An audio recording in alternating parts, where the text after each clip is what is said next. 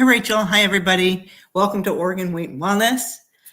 Today, I was thinking that Rachel, our health and wellness coach, could demonstrate so she and I could demonstrate what coaching can be like. Mm-hmm. And so, Rachel, as you know, I've been thrown a curveball in this last week, and which has, I think, a definite potential to throw me off my game. Mm-hmm. And I was wondering if we could maybe talk through a couple of things that just would help me, because it's all about me. No, number one, but also just kind of show what coaching can be like and how helpful it is and that sort of thing.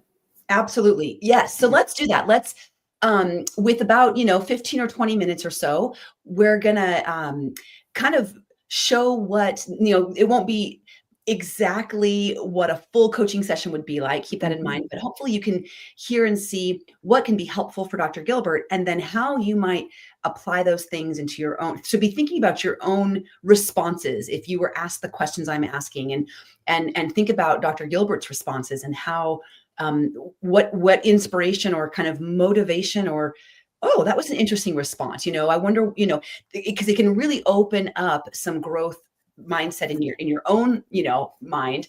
And then for you, Dr. Gilbert, this is going to be a great opportunity for you to work through something real time. Right. Yeah. Yeah. Okay. So, I appreciate this. Okay. Absolutely. Okay. So take a deep breath. Let's just center in a little bit. Feel grounded a little bit and just kind of enter into this time with me. There's nobody listening. There's nothing else happening. It's just, you and I, and you've been thrown a curveball. So this is what's important for you right now in this moment, this idea, there might be a lot of things that are important, but right now it's this concept of I've been thrown a curveball and, this could potentially throw me off guard. Tell me a little bit more about that. Tell me a little bit more about what is the concern or what's got you worried. Right. Yeah. I guess I have a lot of priorities, and it seems like so many could take top place. And I guess I don't want to, let them topple. I guess what I want to kind of figure out, of all the important things in my life, what's most important right now. Yeah. So, because there's a lot of things that have risen up as important, things that aren't normally part of your normal day. Right. And they're pushing their way in. Hey, I'm important now. Yeah. And you need to look at me, and you're looking at all of your pieces that are important. Many things are rising to the top. What does it feel like when you describe what's happening, what you're thinking? What are you feeling as you describe that, and what do you notice in your body that's changing? Yeah, I feel a sense of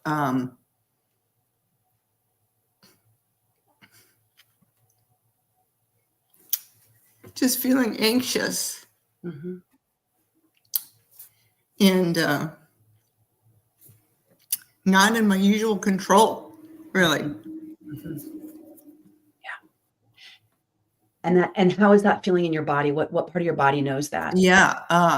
Well, I can feel maybe a tension, and I can feel my heart rate maybe going a little faster than it usually does. And I can feel that I want to move around. I can't sit still. Yeah. Yeah. A restlessness. Yeah. And a restlessness that sounds like it's stemming from some anxiety, loss of control, or fear of the loss of control, perhaps some what if this happens, what if I can't this, or, what if I can't keep juggling it? Yeah. So your body knows it, your heart knows it. And so this is important, right? This is an important moment. This is an important feeling. You're taking the time to recognize, acknowledge, allow this moment. You entered into this moment with me saying, hey, can we do this? And so you advocated for yourself. you took some courage. It took some courage to put Yeah. yourself, this could be really, really helpful. Here's something that I need right now. Mhm. So I want to affirm that and recognize that and give yourself a high five, because there's a lot of other things you could be doing, like you said, the priority, Mhm. but to slow down and center on yourself right now felt like it was of some higher importance. Mhm. Yeah. No, it's so true. Because I know that if I don't, because maybe in my past, I kind of just swept everything and just kept going, going, Mm, going, and not given space and time to kind of step out of myself and observe, mm, which might be it. So now this curveball, I really want to do it a different way. Yeah. mm. Mhm. So you're getting a sense of the old patterns, and Mhm. you're mindful enough to recognize it and go, "Oh, this is what's happening. I know how this story plays out. I want to choose to do it differently." Mhm. The Yeah. restlessness could create that go, go, go, Mhm. go, go, which kind of stuffs and Mhm. is a protective measure. Mhm. So Mm. at the end of this conversation, or at the end of our short time together Mm. here, what would you like to accomplish? What would you like to walk away with that you feel like this Yeah. was a success? Yeah, I really wanna develop those skills that help me stay, that help me just, slow down, Mm, not get ahead of myself, mm, delegate. mm, Mhm. mhm. And, be there kinda, this sounds kinda selfish, but just kinda be there for myself as well as being there for these other priorities and people. Yeah, Um, does that make sense? it absolutely does. And you s Mhm. and what did you call that? Did you call that silly, or you said to be there for myself, but you quantified it somehow? Yeah, it might sound selfish, I guess, or yeah, It sounds yeah, selfish. So there was yeah. a judgment. Right. Ooh, there was. Yeah. What part of you judged that? You know what? I think the part of me that wasn't there for herself before, Ah, yeah. So it was kind of standing up for the old way because feeling a little insecure about maybe, if I do it differently, that means that was bad. You know what I'm saying? ooh. Instead of different or having compassion on that Mm, versus and then saying, okay, that was that, and now is mm, we can do it, you know what mm. I'm yeah. This is Yes. good. This is making There's me think. I'm not probably expressing myself pretty No, well, you're but doing great. You're doing great. You're doing great, and only ultimately has to make sense to you, but I am following. Um, I hear exactly what you're saying. There's a part of you that's judging, and this is mhm, potentially that old version of you, that past whatever the last curveball that you were thrown. mhm, She ran the show. She was in control, and she wants to, of course, defend the way she did it. She mhm, wants to, there's a, we always want to say, well, it was, I did a good thing. But there was a part of it that you didn't appreciate, and you, current version of Julie, would like to change it a little bit. You'd like to do it mhm, a different way, and she's feeling like she could, if she judged you and said, "Well, that's selfish. You shouldn't do it that way," mhm, mhm. then she can get you to do a different way. Yeah, right. Yeah.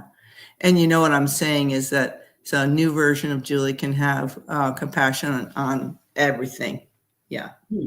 There's Mhm. space there is enough grace, there's enough, um, uh, yeah, growth, there's enough maybe maturity is a way to say it. There's enough foundation now, there's enough practice Oh, to,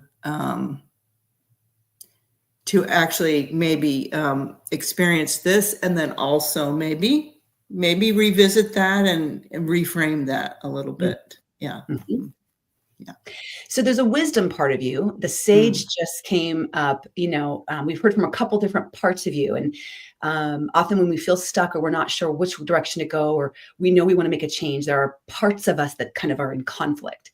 And Mhm. if we had more time, we would maybe name those parts so that you could really Mhm. identify them, give them a name, a Mhm. personality, because they're probably pretty familiar to you. It's, we only have a couple of different parts of us that kind of speak up more regularly. But the sage part of you, the wisdom side, the logic and reasoning, the bigger picture is what we call this part, the bigger picture. She just had a lot of wisdom to share about, there's room at the table. There is enough grace and compassion. There is growth. There is maybe more maturity now than this last time I went through this. I get to do it a new way. I've put in some new strategies or tools, or I've learned some things since that last time. What if we did a little different? So using some curiosity and the sage, and in meanwhile, staying compassionate towards the part of you that judged you and called you selfish, right? Being compassionate for her because she is a part of you. With curiosity, what could it look like? This next version, this version of Julie right now, who wants to do things in a more slow way, prioritizing but giving yourself space. What could it look like? Yeah. Right. I can feel maybe motivated, and maybe the word is empowered to continue some of these routines that merely I know I can draw my strength from. For example, my walking routine in the morning, maybe it doesn't have to be the full length of it, but at least if it's, because it energizes my day, so maybe it can be the 20 minutes of it, and so, keeping that up, making sure that I go to bed, so, and not allowing other people to wear their hats, and I get to wear just my hat. Yeah. I don't have to wear 10 different hats. I can wear one hat at a time. Yeah. So an empowerment and a motivation for routine. That's what the curious part of you is like, this is what this could look like, that I could capture my routine, maybe scale back a little bit, recognizing that everything in your day is probably taking a little bit more time than it normally, like physical, literal time, that you're spending physical, literal time thinking about things, and having to reprioritize and, schedule, that it's taking a toll on your energy level, because thought and concern and worry, even if it's not dysfunctional anxiety, even if it's just, what's this? And then that takes a toll. That's energy you're spending that you don't normally spend. Yeah. So all of your routine, A, B, C, and D, you want to keep those in your rotation, like on a record player, right? This is my record rotation. Yeah. So perhaps you're only going to play one song on the record of each record. You're not going to maybe be able to go through the whole record, but keeping those bookmarks, keeping the stability of the routine. You mentioned walking, you mentioned sleeping, you mentioned your hats. Anything else? If you were to brainstorm, what the other thing I was thinking is, because of the time crunch, I could ask for help. Delegation, you mentioned help and delegation. Okay. Yeah, like with food prep, a friend, knowing that people really enjoy helping. They do. I mean, I do. Yeah. So other people must too. They do. Yes. Yes. And asking for help, maybe in that way. So and maybe even specifically, not being afraid to ask for what I need. Yeah. To delegate in a way that's specific to one of your routines. That you can't delegate your walking, and you can't delegate your sleeping. Right. No. Right. But food prep and food preparation or purchase, those you could delegate. Yeah. If you were to get specific so that it honors your desires and your needs, but it's also going to be, it's hard to be specific, to really ask for what you need. When and how could you take some time to sort of like process what it is you really, so that you could write it down? Okay. Sorry. UPS. Oh, gotcha. Yeah. When and how? yeah, when and how could you take a little time to Mhm. write that out, or think through what Right, if you right. you Yeah. gotta be able to give something to someone. Here's the list, or here's what I need. Right, right, So, right, right. Yeah. can you think Yeah, of probably at something? the end of my day today, I could really sit down and Yeah, kinda yeah. yeah. Mhm. Yeah. Perhaps looking ahead at the days and weeks to come, Mhm. and Mhm. perhaps mapping out what might be needed in the Mhm. immediate couple of days, and then just Mhm. anticipating. Yeah, and even talking through that with another person Mm, could be there we go. really helpful. Yeah. Okay. So there's Because another. I can't yeah, because other people another person can help me think of the things that I'm not thinking about. Right.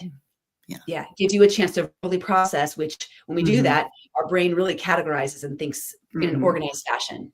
Yeah. Okay. So, I mean, I've written these down because, and if you want to text me later, if you're like, what did I say? I've written, because Awesome. sometimes in coaching, we don't remember all the things we're saying. And I'm Right, writing it. right. Yeah. And typically with clients, I'm sending them a summary afterwards. But Okay. um, Yeah.